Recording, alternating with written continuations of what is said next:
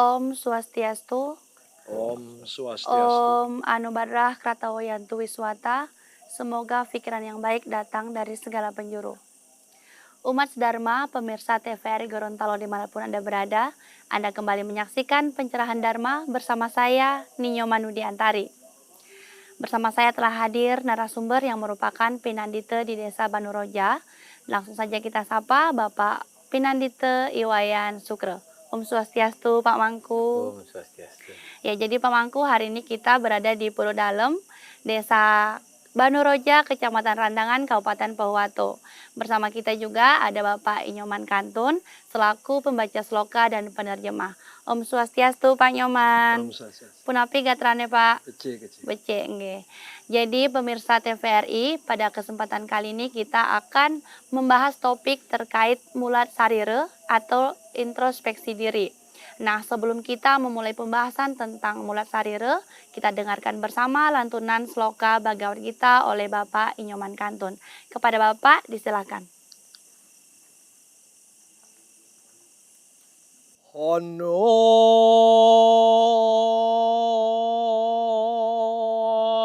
dapago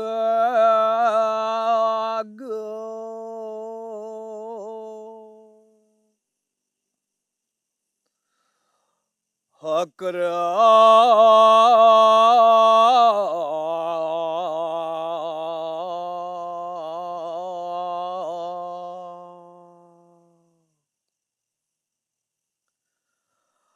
hapaya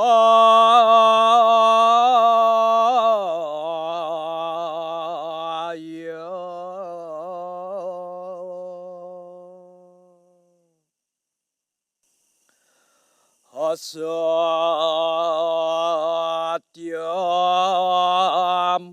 apriya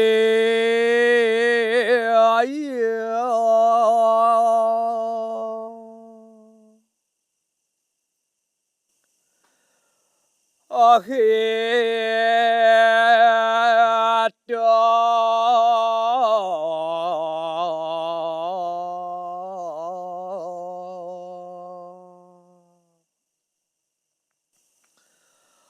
hacaya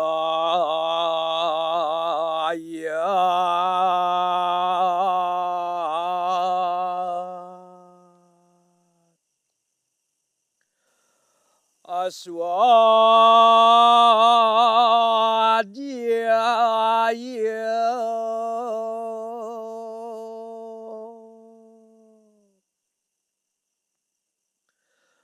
abhyasana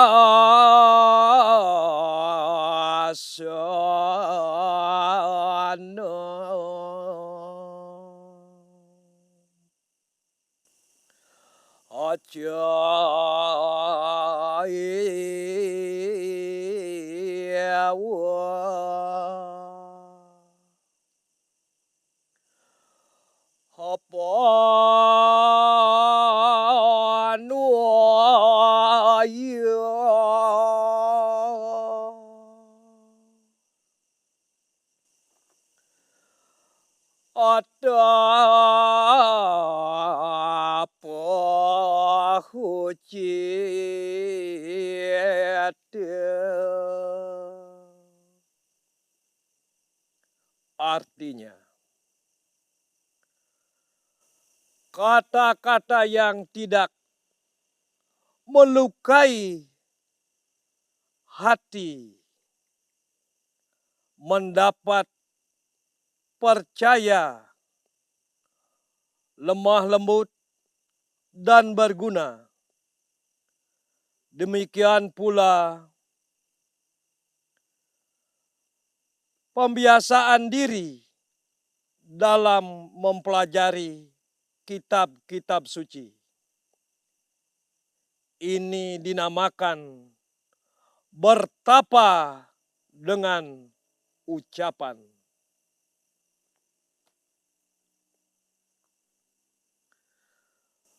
Hamana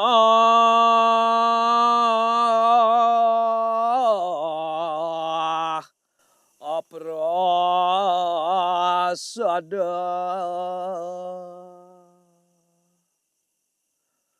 asawanya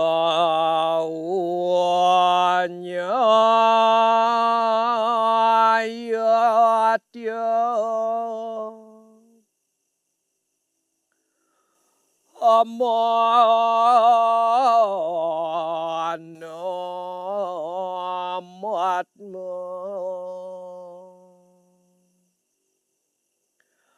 Hawina geraha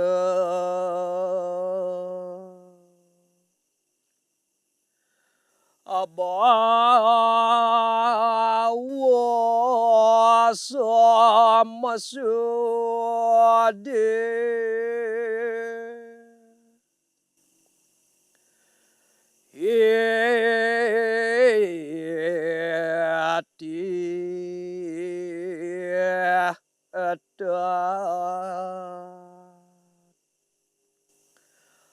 Hatapo amanasa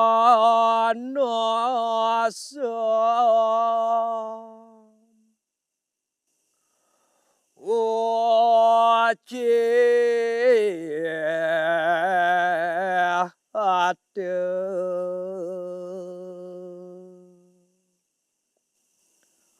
artinya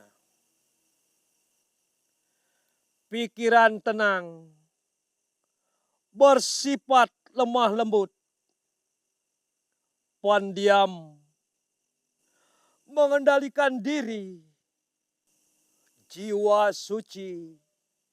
Ini semua disebut bertapa dengan pikiran. Om Santi, Santi, Santi, Om.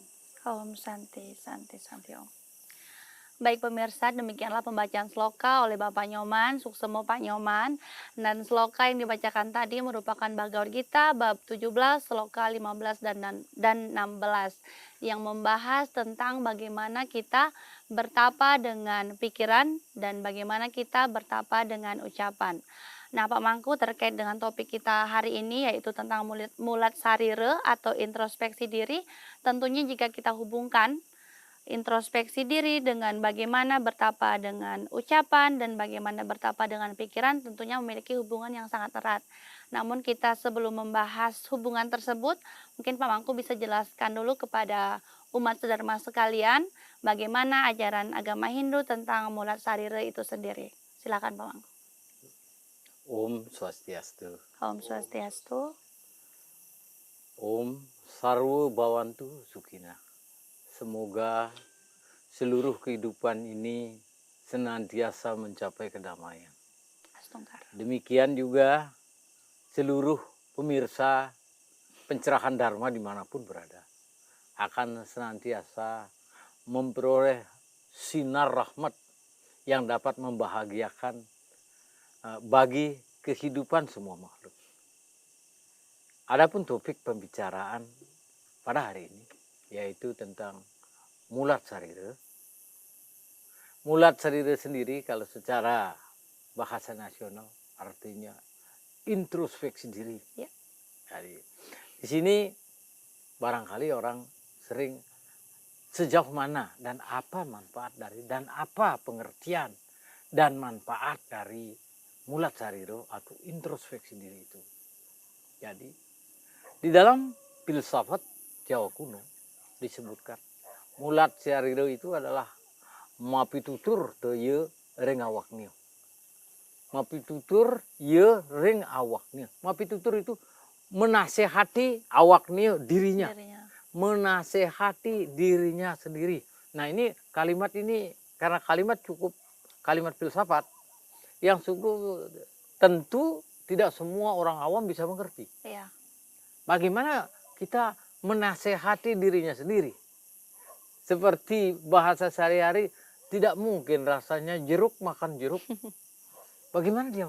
Sesungguhnya itu sesuatu yang ya kembali orang yang tekun tadi dalam sloka dari tapa. Tapa itu ketekunan.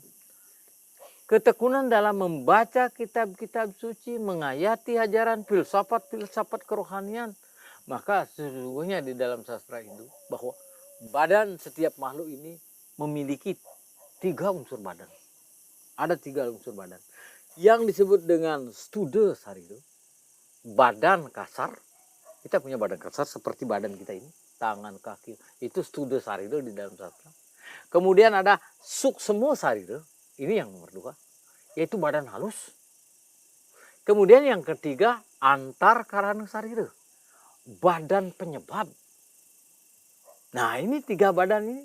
Jadi ketiga badan ini apabila timpang, antara badan kasar dan badan halus tidak sinkron, maka kehidupan akan mengalami kepincangan.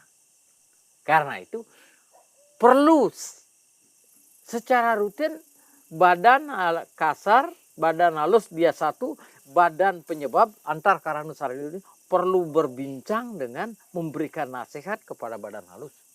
Jadi itulah sang jiwa sejati berbicara kepada sang badan halus, sang suksemo sarira. Sehingga sang suksemo sarira dan sang antar karana sarira, badan halus, badan penyebab dan badan kasar, dia menjadi menyatu, maka hidup ini akan mencapai kegemilangan. Itu yang dikatakan orang hidup mencapai pencerahan. Sinkron antara ketiga badan di dalam jiwa kita. Jadi kita bisa menasehati diri kita sendiri agar jiwa kita yang sesungguhnya sang badan halus, sang suksemo sarira tidak terkontaminasi oleh pikiran-pikiran yang liar itu. Ya. Karena pikiran ini sering liar.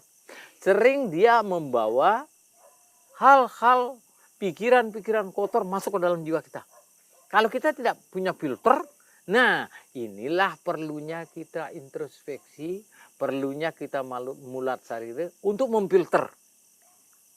Agar tidak ada racun-racun kehidupan, sadripu kehidupan ini, kotoran kehidupan, kotoran sikap dalam kehidupan sehari-hari tidak masuk sampai melarutkan jiwa kita. Itu perlunya mulat sarira. Karena itu di dalam ilmiah saya katakan tadi, badan ini secara ilmiah dikatakan adalah memiliki jiwa yang disebut elektromagnetik. Jiwa ini elektromagnetik seperti magnet. Ya. Dia akan menyerap apa saja yang ada di sekitarnya. Nah, di sini kalau kita terlalu biasa di dalam sekeliling kita bergaul, berbicara, bersinergi dengan orang-orang yang pikirannya tidak jelas, tidak murni, maaf bahasa kasar, pikiran kotor, maka itu juga akan diserap oleh jiwa kita, dibawa ke dalam elektromagnetik. Tetapi apabila jiwa kita selalu disinari, diberikan bisikan dengan hal-hal yang positif, dengan hal-hal yang di dalam sastra agama dikatakan bersifat satwam, bersifat kebenaran, dharma, maka itu juga yang akan diserap oleh badan kita. Nah, di sana badan kita akan bercahaya gemilang, dinamakan berjiwa murni, jiwa yang tidak terkontaminasi. Iya. Ya. Dalam mulat sarira itu Pak Mangku, berarti kita kan mengenal diri kita. Ya. Mengenal diri berarti kita tahu apa kelemahan dan kelebihan. Ya. Namun terkadang kita lebih ke mengenal kelebihan dan tidak mengakui kelemahan kita. Nah, apa tahapan-tahapan agar kita mampu mengenal diri kita, tahu kelemahan dan tahu kelebihan? Apakah kita hanya merenungi diri, saya ini bagaimana ya? Atau kita butuh masukan dari orang lain atau ada tahapan lainnya? Ya. Tahapan yang paling penting adalah kemandirian jiwa. Jadi selalulah jiwa itu bisikkan keheningan. Kembali tadi, jiwa ini adalah gelombang elektromagnetik. Gelombang elektromagnetik menyerap. Jadi selalulah ada istilah pidatokan diri kita. Itu tadi, mapi tutur dengan waktu. Berikan nasihat kepada jiwa, berikanlah pikiran-pikiran yang baik ke dalam jiwa kita. Salah satunya kalau secara kasarnya berkata, berbincang, sehingga ada ajaran bangun pagi berikan nasihat jiwa kita. Hari ini saya bangun dengan segar, menikmati karunia Tuhan, semoga kami akan damai. Itu salah satu contoh. Itu namanya memberikan bimbingan jiwa. Tetapi yang lebih halus lagi, tidak usah ada kata-kata. Itu nilainya masih rendah. Karena itu di dalam sastra Weda ada dikatakan monobrata, waikari,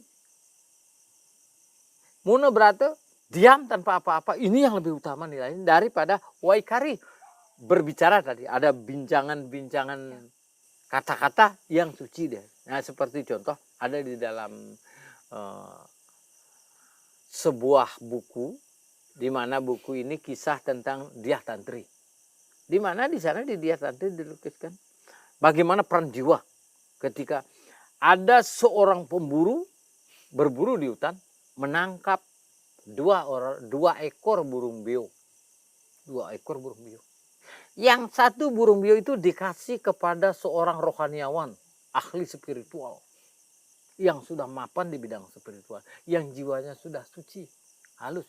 Sehingga dalam implementasinya keluar tutur katanya seperti yang dibacakan di sloka tadi. Lemah, lembut, manis, bergaya. Yang satu burung beo ini dipelihara oleh seorang pemburu. Ya, baik Pak Mangku, sebelum kita lanjutkan kembali pembahasan tentang Mulat Sarire, kita saksikan dulu pesan-pesan berikut ini dan tetap di Pencerahan Dharma.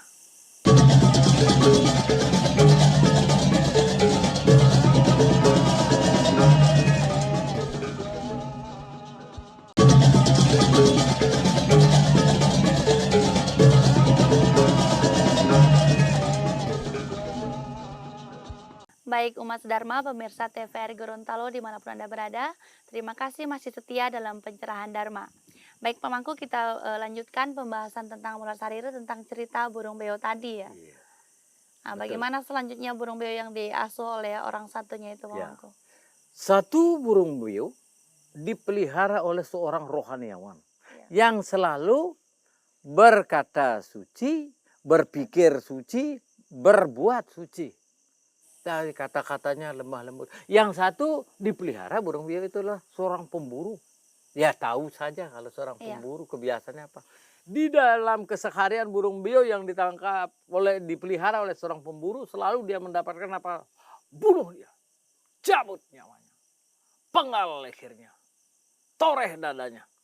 Jadi itu saja yang isi pikiran burung beo itu. Tapi di satu yang dipelihara oleh seorang rohaniawan, Swastiastu, para tamu yang kami muliakan, silahkan duduk.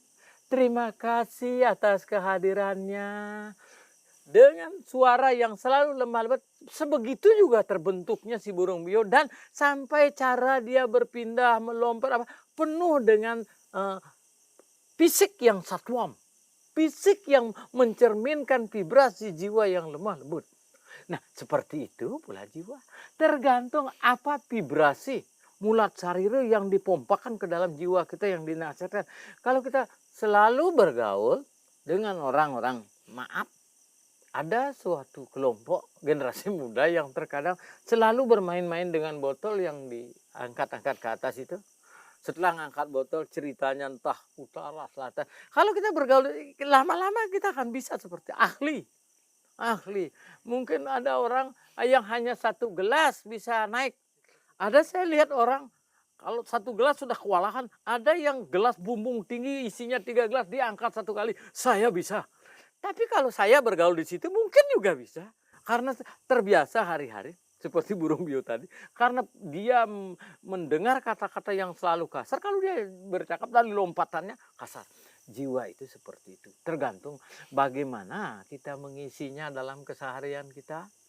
Karena itu ada satu kata yang paling utama. Lebih baik daripada kita banyak protes, banyak mengkritisi. Diam itu lebih bagus. Betul. Kalau kita sering berdiam, diam itu nilai bahasanya lebih tinggi daripada kita hanya mengkritisi orang. Kita hanya tahu menilai negatifnya orang. Wah, ini salah, itu salah, ini tidak benar. Hanya itu saja kerjanya. Tapi masih lebih baik kita diam untuk menciptakan jiwa yang mencapai yang disebut dengan tri kehidupan. Iya, tentang burung beo tadi, burung beo ini kan hewan ya Pak. Ya. Ya. Dibandingkan dengan kita yang manusia yang seperti yang dijelaskan dalam Sarasa Mucaya bahwa kita adalah makhluk yang paling mulia yang bisa menolong diri sendiri. Nah, burung beo yang yang hidup di lingkungan positif saja bisa berperilaku positif. Iya. Apalagi kita manusia kan Pak Mangku ya yang Iya. punya mana harusnya bisa lebih baik dibandingkan dengan hewan. Tapi kenapa dalam kehidupan kita keseharian bahkan ada manusia yang perilakunya di luar nalar, yang perilakunya bahkan lebih buruk dari seekor binatang sekalipun. Apa hal yang mempengaruhi itu? Apakah manusia itu tidak pernah introspeksi diri atau ada hal lain yang mempengaruhi manusia itu, Pak Mangku? Satu, itu tadi. Peran daripada introspeksi diri itu peranan penting. Karena itu dengan berintrospeksi diri, mulat sariro, maka jiwa ini akan menggetarkan hal-hal positif. Sehingga kita akan memperoleh tuntunan dari dalam, intuisi. Namanya intuisi. Kita tertuntun dari dalam. Kalau ini kita misalnya, kan orang banyak yang orang sangat sulit meninggalkan yang disebut dengan penyakit-penyakit sosial tadi. Ya, Menenggak botol yang tinggi, termasuk bergaul ke tempat-tempat gelap. Ya, itu pekerjaan itu kalau dilakoni sangat sulit untuk ditinggalkan. Sangat sulit. Termasuk ya hal-hal kecil. Misalnya minum kopi. Ada orang kalau tidak dapat kopi bisa pingsan. sakit sirah. Tuh ya Oke. sakit kepala. Begitu juga rokok. Nah itu penyakit-penyakit seperti itu diawali dari permulaannya itu jiwa itu sudah dituntun ke hal-hal seperti itu. Dan kita jarang melakukan introspeksi diri. Iya. Sehingga intuisi dari dalam tidak tumbuh. Bahkan tertimbun oleh material-material ajakan-ajakan lingkungan. Oh, ayo kita 1-2 kerat 1 galon habis, kita enjoy, kita bahagia, tertarik oleh seperti itu dan kita hanyut seperti itu. Nah, untuk mengembalikan jiwa kembali ke poros yang sebenarnya itu hal yang memang rumit. Perlu pekerjaan keras untuk menyelamatkan itu. Ya. Karena itu sekali lagi, jadi untuk menyelamatkan jiwa itu biasakan dari awal. Jadi karena itu ada katakan dari sejak bayi kita itu kalau menjadi orang tua nasihatkan, jadi selalu pompakan, nasihatkan, berikan irama-irama yang baik kepada anak itu. Kalau perlu masih di dalam pranatal, masih di dalam kandungan, berikan dia sentuhan-sentuhan irama yang melankolis, yang indah, yang damai. Sehingga keluar pun anak itu mengalami cerah jiwanya, mengalami kedamaian. Itu. Ya. Maka itu kalau sampai orang tua dalam masa perkawinan, dalam sastra agama itu dilarang sekali begini. Ada semacam dogma yang sebetulnya itu tidak kitab suci itu. Hanya sebagai pembelajaran secara kontemporer. Kalau orang istrinya lagi hamil dilarang cukuran. Iya. Itu pembelajaran kontemporer artinya begini. Kenapa? Kalau suami istri lagi hamil. Karena istri lagi hamil ini tidak boleh ada luka perasaan. Kalau sang suami cukur, dia jadi ganteng. Ya. Maka istri akan cemburu. Saya suami ini coba ganteng-ganteng. Sedang saya di rumah perut saya buncit besar begini. Jangan dia ada simpanan di mana. Rasa kecemburuan itu terekam oleh jiwa. Karena jiwa itu gelombang elektromagnetik. Terekam oleh jiwa. Jadi anak di dalam merasakan kekecewaan. Nah karena itu dilarang melukai bayi yang masih di dalam kandungan. Apalagi sudah keluar. Karena itu di dalam sastra itu. Bayi yang masih umur sampai 4 tahun. Harus kita perlakukan seperti raja. Masa terus alter, nakal sekalipun. Layani dia seperti raja. Karena itu jiwanya mereka masih butuh pengisian vibrasi getaran halus. Ya. Nanti akan hilang sendiri. Masa menentang, masa itunya akan hilang. Dan nanti kalau sudah masa 7 tahun bayi itu, maka di situ jadikan dia sebagai budak. Berikan dia sanksi kalau dia salah supaya dia mengetahui kesalahannya. Nah dari situlah jiwa-jiwa seperti itu akan menjadi pompakan untuk selalu memberikan nasihat-nasihat yang baik sehingga kebaikan itu akan membahana di dalam jiwa, memberikan vibrasi. Jadi apa selanjutnya? Apa manfaat daripada mulat sariro itu? Karena mulat sariro itu akan memberikan getaran selain ke dalam kepada diri, itu akan memberikan getaran kepada alam semesta. Memberikan getaran kepada alam semesta. Nah, kalau bayangkan sama orang Bali, kalau berjualan, ada doa-doa yang bukan dari kitab suci. Diucapkan pada orang penglaris, orang pembeli pertama. Begitu orang buka warungnya, orang pembeli pertama, ada Pesangon. uangnya diberikan apa namanya itu, sesamatan. Iya, begitu. Nah itu doa yang bukan bersumber dari kitab suci, tapi bukan doa itu yang penting. Ya. Garus lante, bojog di kayu, siapa yang kena latih asal ngojog supaya laku. Itu bukan bahasa Weda. Tetapi kenapa itu dilakukan? Itu adalah untuk memacu jiwa.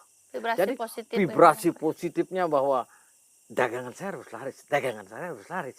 Jadi bergetarlah jiwa itu ke alam semesta, akan menimbulkan kembali umpan balik. Jadi bukan sekedar kata-kata. Ada saya didengar di media sosial, di HP, itu bahasa menjadi perkelahian karena orang menggunakan bahasa chewing pad. Dilihat dari kulit. Jadi bukan itu doanya. Itu hanya di mulut. Tetapi jiwa itu bukan seperti itu. Kayak tadi, bahasa tadi. Garis, lantih, bojong di kayu. Bahasa apa itu? Kalau orang tanyakan di Weda, ada enggak? Enggak ada di sastra suci. Tetapi bukan itu bahasa itu yang penting. Tetapi getaran jiwa. Mungkin Kesucian. Pak Nyoman ada hal yang perlu dipertanyakan kepada Pak Mangku terkait dengan Mulat Sarire. Ya, terima kasih pada Mbak. Karena ada tadi menyangkut istilah bertapa. Mungkin zaman dulu yaitu orang bertapa itu di hutan atau di goa-goa, mungkin sudah tentu kusuk dan hikmat, bahkan bisa menyatukan pikiran. Nah, kalau kita hubungkan di zaman sekarang ini, di dunia sudah modern dan canggih, kira-kira bisa nggak kita bertapa di dunia yang ramai? Kita bisa sepi, di tempat sepi bisa ramai. Kira-kira tolong diperjelas. Dan itulah nilai keutamaan di zaman milenial sekarang ini. Karena kalau mau kita seperti, karena kalau sastra orang dulu ya, kalau mau pergi bertapa, harus mengasingkan diri ke tengah hutan. Iya. Ya, pada zaman itu barangkali cocok. Karena antara hutan dan kehidupan modern seakan-akan hampir sama. Di hutan sepi, dia dalam kehidupan masyarakat sosial yang serba kosong, sepi juga. Jadi kembali mereka dari pertapaan di tempat sepi, kembali ke dalam kehidupan sosialnya, sama juga sepinya. Jadi rasa kemahardikaan jiwa bertapa itu masih tetap terpelihara.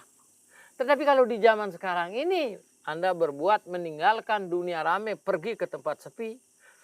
Di tempat sepi itu mungkin bisa mahardika jiwa itu menyala. Mencapai tapa yang sejati. Tetapi ketika nanti pulang menemukan dunia yang hingar-bingar, itu akan jiwa mengalami stagnasi. Bisa kaget. Oh, ini kok kemarin di hutan tidak ada teriakan-teriakan motor yang direseng. Sekarang ini begini, wah tambah bising. Karena itu tidak perlu kita namanya apa saja kalau sudah berlebih-lebihan tidak baik. Karena itu di sastra agama, kalau lapar makanlah. Kalau mengantuk tidurlah. Kalau lelah istirahatlah. Maka menjadilah manusiawi apa adanya. Tidak ekstrim membuat-buat. Jadi jangan sampai ekstrim. Jadi yang bagus di tempat ramai jiwa kita damaikanlah. Itu yang bagus. Kembali ketemu tempat sepi, ya sepilah. Jadi menerima apa adanya. Saya bilang. Jadi mengalirlah dalam kehidupan. Jadi jangan kita miskomunikasi dengan alam. Itu namanya menjadi miskomunikasi. Pada saat kita bertapa di tengah hutan yang sepi, dibawa ke tempat ramai, kita terjadi stagnasi. Miskomunikasi. Oh, saya di hutan tidak begini, saya menemukan rasa indah. Tapi di sini. Begitu juga orang di hutan dibawa ke tempat ramai. Orang diramai, dibawa ke hutan. Lama itu jiwa akan berproses di hutan sampai bisa, oh saya di rumah biasa dengan anak-anak, damai rasanya. Ini saya malah ketemu nyamuk, ketemu tidak biasa lama proses itu. Tetapi yang bagus itu adalah kita mahardika dalam segala termasuk mahardika dalam kehidupan, menerima merdeka dalamnya bebas dengan kondisi apapun, kita tetap mensyukuri kehidupan ini, tetap cemerlang jiwa ini. Itulah mulat sarira yang sesungguhnya.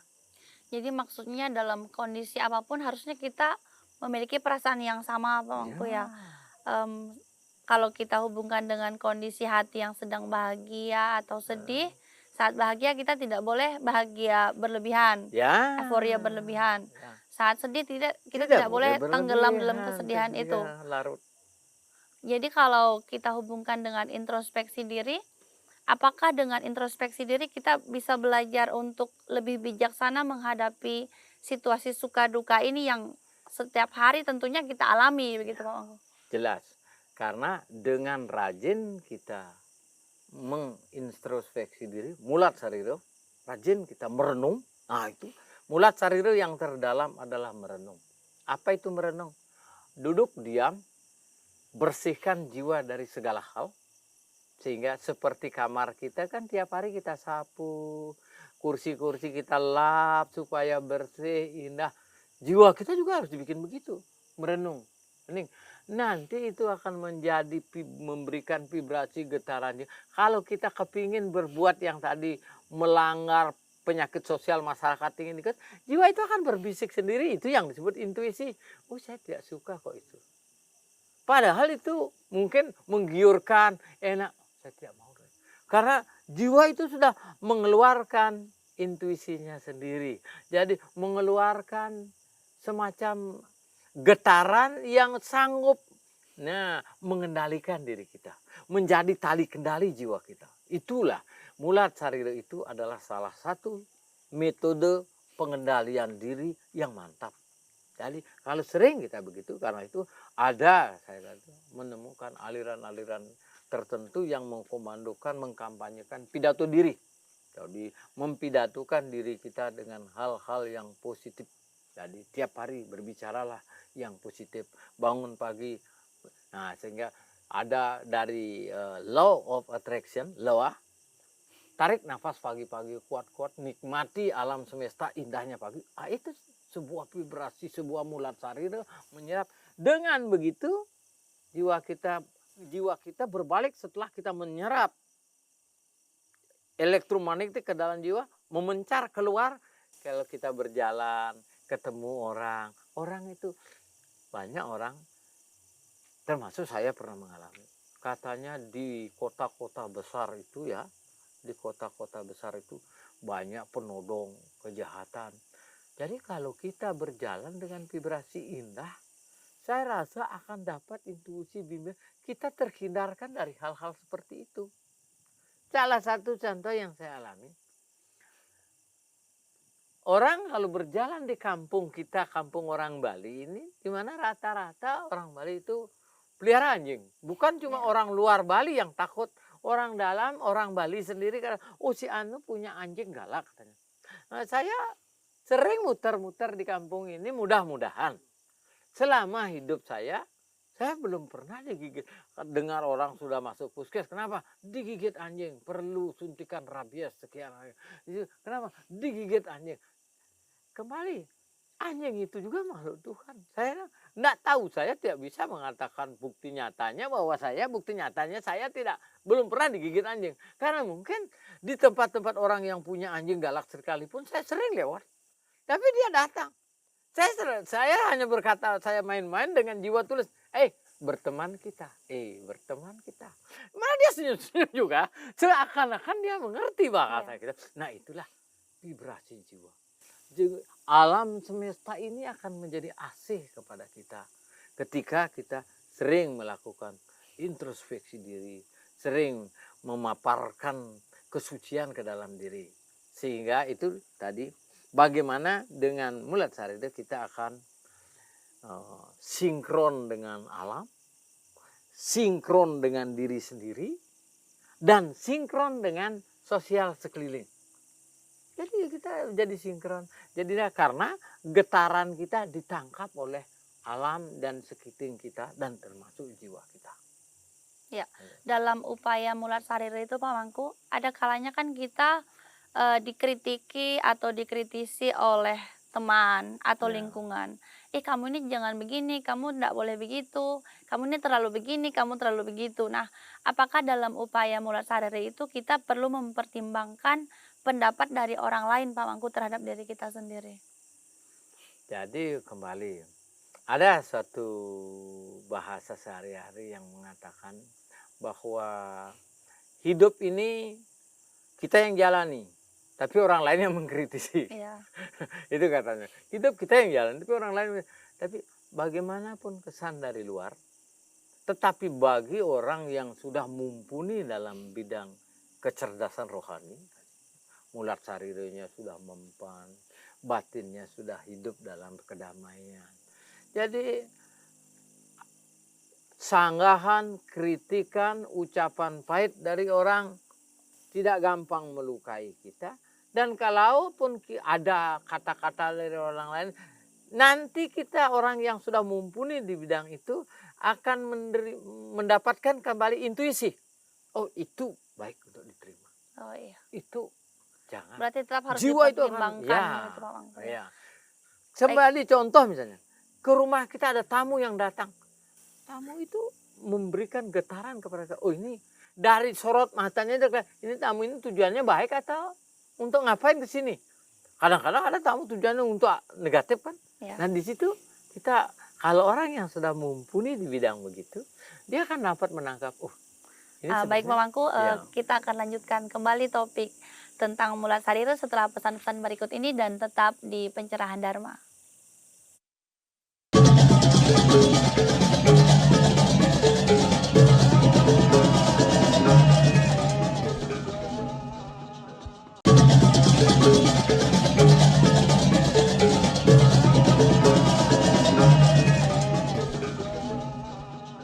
Umat Dharma yang berbahagia, terima kasih masih setia menyaksikan program Pencerahan Dharma. Baik, Pak Mangku, kita lanjutkan pembahasan kita terkait mulat sarira. Tentunya mulat sarira ini sangat penting sebagai refleksi ataupun cermin diri kita ya. Kalau bahasa kerennya itu ngaca dong gitu kan biasanya. Nah, mungkin Pak Nyoman ada hal yang perlu ditanyakan lagi terkait mulat sarira kepada Pak Mangku? Ya, terima kasih atas waktu yang diberikan pada saya. Nah, itu ada yang mungkin ini sangat penting bagi saya. Kalau kita hubungkan mulat sarira ini dengan bertapa dengan pikiran, bertapa dengan kata-kata, kira-kira apakah ada hubungannya antara mulat sarira dengan pikiran dengan kata-kata, Pak Bang? Silakan. Betul, ada sekali. Jadi hubungan antara mulat sarira dengan pikiran dan kata-kata, karena mulat sarira itu mengembalikan pikiran dan kata-kata kepada sumber aslinya, yaitu sang jati diri, jiwa sejati. Kembalikan, jangan dilepas seperti anak panah, dilepas keluar dengan liar, dia akan nyasar hal-hal yang tidak. Mulai dari mata, jangan dipakai, karena kita punya 5 panca indera ini, Iya. mata, hidung, telinga, kulit, mulut, lidah, itu semua itu adalah musuh. Kalau kita tidak mampu mengendalikannya, maka kendalikanlah itu sehingga menjadi pikiran terkendali. Mata jangan dipakai melihat hal-hal yang tidak wajar untuk kita lihat. Jadi begitu melihat orang punya mobil bagus, kita sakit hati, kepingin beli harus punya. Akhirnya apa? Mencuri. Nah, Padahal ini tahu kemampuan ya, dirinya tidak sampai di itu. sana ya. Kemudian mendengar, kita suka mendengar. Ya usahakan mendengar yang halus-halus bisa dibawa ke tengah jiwa. Kalau yang misalnya yang kasar, yang melecehkan, ya enggak usah kasih singgah kayak tadi. Kalau jiwa ini barat rumah, jangan mengasih singgah tamu-tamu yang tidak pantas untuk jiwa kita.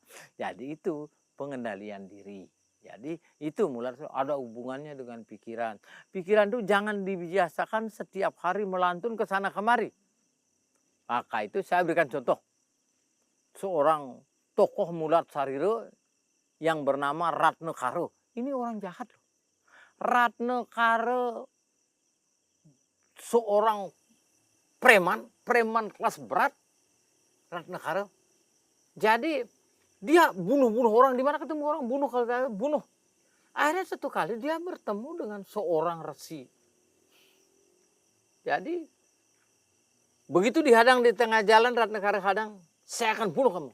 Tunggu dulu, sebelum kamu akan bunuh saya, tanyakan dulu siapa yang akan menanggung dosanya seandainya saya mati? Apa kamu sendiri atau sampai keluargamu akan menerima? Iya, saya siap menerima. Bagaimana kalau keluargamu, kamu sayang istrimu, mengancam orang untuk kesejahteraan istri. Kalau istrimu ikut nanti kena dosanya, gimana? Coba tanya dulu istrimu. Entah karena bagaimana seorang resi ini vibrasi getarannya langsung mulat si Ratnakara ini di dalam jiwanya terpukul dan lumpuh. Dan akhirnya apa? Waduh, tidak enak ini menjadi preman ini. Langsung dia akhirnya melakukan sebuah pertapaan karena pada zaman itu pertapaan sehingga kata Ratnakara itu, bahasa itu, arti Ratnakara itu rumah semut. Dia merenungkan diri, diam tanpa bahasa, tanpa kata, sampai di dalam badannya itu ada rumah semut setinggi pinggangnya. Dia tidak merasakan itu. Sakitnya rumah semut, bagaimana semut menggigit, dia tidak rasakan. Dan apa? Setelah dia dari hasil perenungan sucinya itu, dia akhirnya dapat membaca sebuah cerita yang memiliki kehebatan luar biasa. Itulah yang disebut cerita Ramayana. Dan dia dari bisikan batinnya dia mendapat bisikan nama. Dia berganti nama menjadi Walmiki. Seorang pengarang kitab Ramayana yang sangat terkenal. Dari mulai dia ini itu kitab kolosal.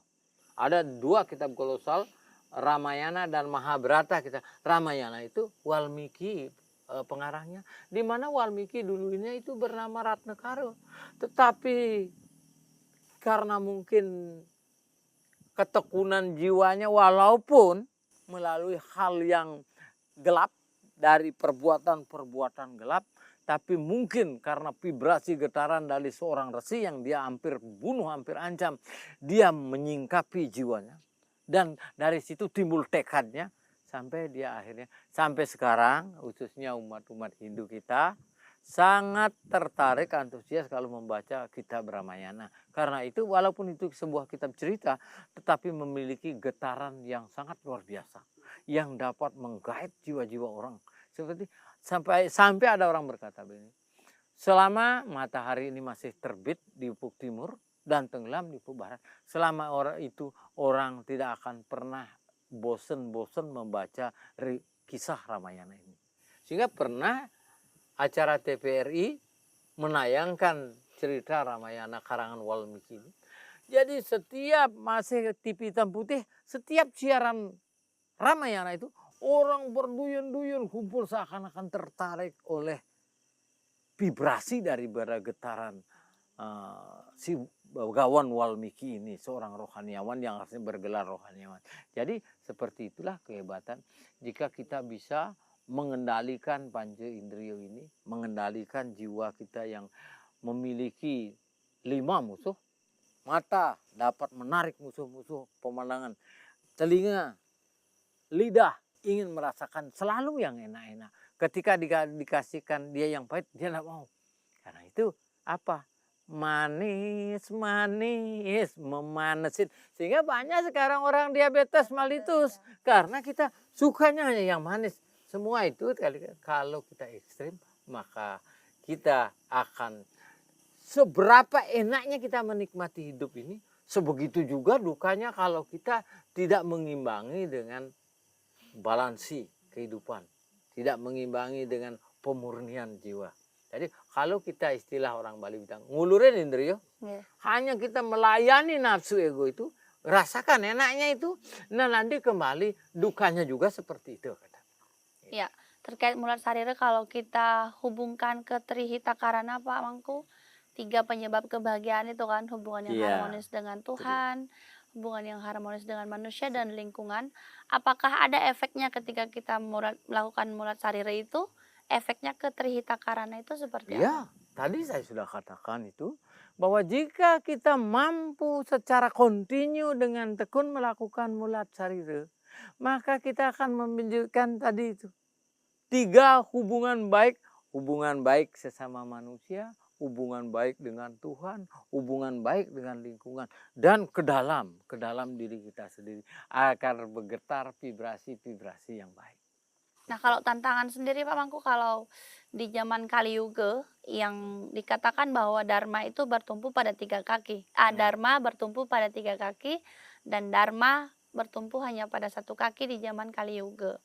Nah, bagaimana tantangan dalam kehidupan kita dalam melakukan mulat sarira dan bagaimana juga cara untuk mengatasinya supaya kita dan pemirsa sekalian bisa lebih mendalami belajar mulat sarira sehingga kita bisa melakukan apa yang diajarkan oleh ajaran agama. Iya, tadi juga sudah sempat saya katakan bahwa dengan mulat sarira kita akan mampu memiliki pengendalian diri yang jitu. Pengendalian diri yang jitu itu kita di zaman Kali Yuga ini banyak ekstrim pendapat, kritis pendapat yang kadang-kadang melukai hati kita. Tetapi kalau kita sudah mulat sarira, jadi di mana jiwa mulat sarira itu menerima, kayak orang Bali bilang kain polen, kain yang hitam putih, menerima hitam putihnya dan kehidupan itu menjadi suatu kebahagiaan, kedamaian. Jadi jangan kita terluka begitu melihat sesuatu yang negatif, sesuatu yang hitam. Yang hitam berharga karena ada yang putih berharga karena begitu juga positif dan negatif kehidupan ini kita nikmati apa adanya. Nah, itulah kebahagiaan sejati. Itulah dampak dari mulat. Kita mampu menikmati itu. Jadi kita tidak terangsang untuk ekstrim atau miskomunikasi dengan lingkungan. Sehingga di dalam ada lagu Bali agar kita janganlah miskomunikasi dengan lingkungan hidup, dengan lingkungan kita. Jangan kita salah tafsir akhirnya, karena jiwa kita dilepas sedemikian juga kita menjadi orang yang disebut dengan arogan. Jadi sehingga timbul miskomunikasi. Apa miskomunikasi? Ada lagu Bali bilang, di dalam lagu itu mengisahkan tentang ada 2 benda yang bentuknya sama tetapi fungsinya berbeda. Kalau orang miskomunikasi maka bisa salah pengertian. Ada benda yang di Bali namanya ketungan. Alat penumbuk padi yang bentuknya seperti perahu. Nah, sama persis seperti perahu. Di sebelah perahu itu ada namanya alat penumbuk padinya. Kalau orang Bali namanya antan, lu. Bahasa Indonesia antan, alat untuk menumbuk padi. Kalau di perahu di lautan ada namanya dayung. Dayung. Kemudian ada laut yang luas, hampir mirip seperti halaman rumah. Baru di laut sering ada penyu. Hewan yang bentuknya bulat. Di dapur di rumah sering ada nyiru.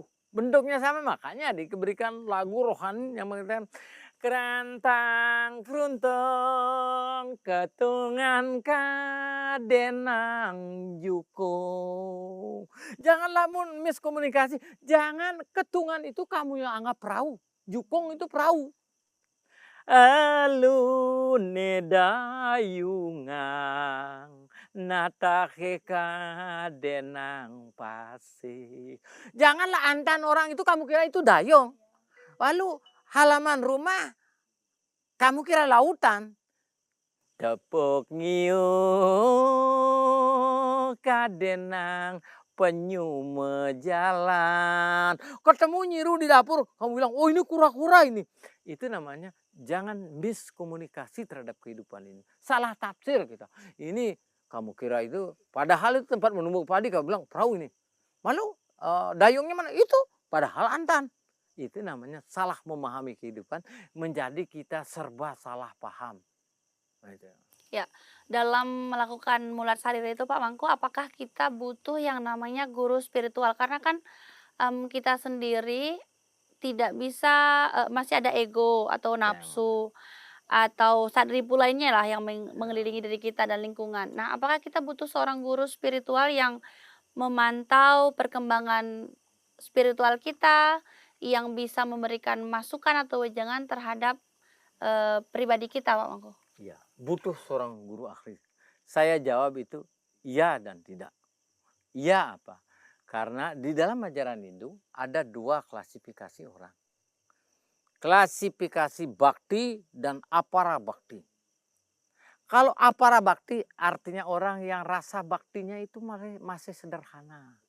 Jadi yang begini butuh bimbingan guru. Ya, para bakti itu. Ya, apara bakti. Jadi kalau sudah orang yang bakti, yang sudah tulus sepenuhnya, dia akan menemukan gurunya, guru sejati.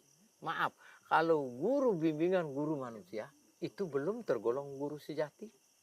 Guru sejati itu ada di dalam diri. Sering orang mencari guru, tetapi kadang-kadang tidak pas, tidak bisa ketemu. Apalagi di zaman modern, kadang-kadang guru itu seperti cerita Dyah Tantri kembali, pedanda baka, sang bako cangak. Itu seekor burung yang berbaju putih, berpura-pura menjadi seorang rohaniawan. Tapi padahal isinya kosong. Nah sekarang ada guru-guru yang mencari penghidupan. Oh, saya guru, bayar saya. Bisa begitu, hanya mencari. Tetapi Anda akhirnya tidak dapat apa-apa. Oh, Tetapi pinter-pinterlah mencari guru. Tetapi sudah dikatakan di dalam Mulat Sarira, kalau Anda memang seorang yang tekun mumpuni Mulat Sarira, tanpa Anda cari itu, tanpa cari guru yang sejati itu akan datang dan pas cocok dengan Anda. Ya, baik Pak Mangku, sayang sekali karena kita dibatasi oleh waktu. Mungkin untuk closing, Pak Mangku bisa berikan pesan atau kesimpulan dari pembahasan kita terkait Mulat Sarira. Ya, satu kesimpulan dari Mulat Sarira Iya. itu adalah selalulah bawa diri kita merenungi alam semesta ini dan tanpa memberi apapun yang dapat mengotori jiwa kita. Renungan. Kesimpulannya adalah renungkan kehidupan ini setiap hari dan tidak perlu bahasa dan apa yang berlebih-lebihan, tetapi merenung. Merenunglah dalam kurun waktu yang panjang. Dari merenung itulah kita akan dapat intuisi yang terbaik. Ya, suksema Pak Mangku atas pencerahan Dharma pada hari ini terkait Mulat Sarira. Dan terima kasih juga kepada pemirsa sekalian yang telah setia menyaksikan pencerahan Dharma. Saya Ninya Manudiantari dan kru yang bertugas mohon undur diri. Dan saya akhiri dengan para mesanti. Om Santi Santi Santi Om.